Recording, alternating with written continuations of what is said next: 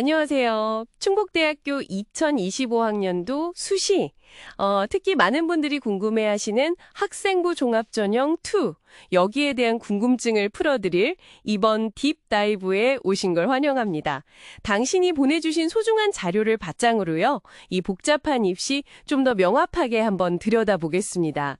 가장 먼저 나오는 질문이 이거죠. 많은 분들이 좀 헷갈려 하시는데, 학생부 종합전형 2, 이거 서류 100%면 정말 내신은 안 보는 건가? 하는 거예요. 여기서부터 시작해서 실제 합격선은 어땠는지, 또 그게 뭘 의미하는지 한번 파헤쳐 보죠. 이번 딥다이브의 목표는 이 데이터를 통해서 당신의 입시 전략, 여기에 필요한 통찰을 얻는 겁니다. 자, 바로 시작해 볼까요? 이 서류 100%라는 말, 이거 어떻게 받아들여야 할까요?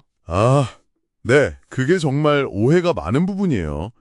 결론부터 말씀드리면 내신 성적 당연히 봅니다. 네, 아주 중요하게 봐요. 서류 100%의 진짜 의미는 면접이나 다른 추가 평가 없이 제출된 서류만으로 합격, 불합격을 결정한다. 바로 이 뜻입니다. 여기서 서류라고 하면 기본적으로 학생부 전체를 의미하는데요. 그러니까 교과 성적뿐만 아니라 세특, 창체, 행특 같은 그러니까 학생부에 기록된 모든 내용이 평가 대상이 되는 거죠.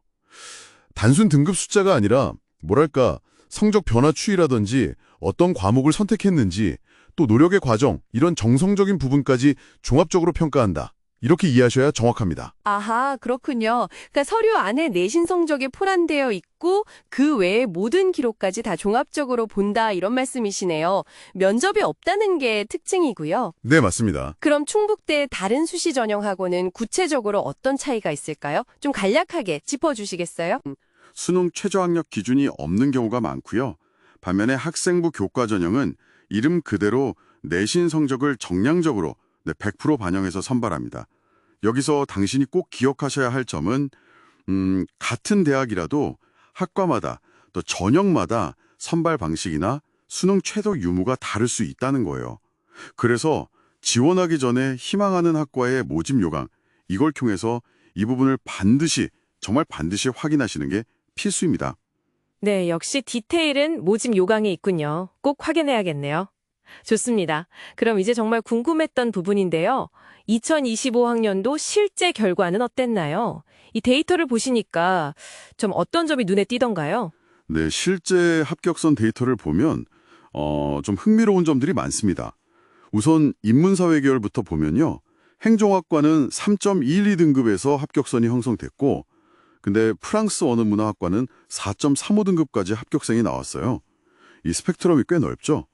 특히 4점대 중반까지 합격생이 나왔다는 건 단순 내신 외에 다른 요소들, 예를 들면 학생부 전반에 드러난 전공에 대한 관심이라던가 탐구활동 같은 이런 정성적인 부분이 중요하게 작용했을 가능성을 보여주는 거죠. 와, 4등급대요? 프랑스 언어문화학과가요? 흥미롭네요. 네. 그리고 자연공학 계열도 비슷한 경향하고 또 차이가 같이 나타납니다. 인기학과인 화학공학과는 2.71등급으로 비교적 좀 높은 성적대가 필요했는데요. 지역건설공학과는 4.49등급에서도 합격 사례가 있었어요.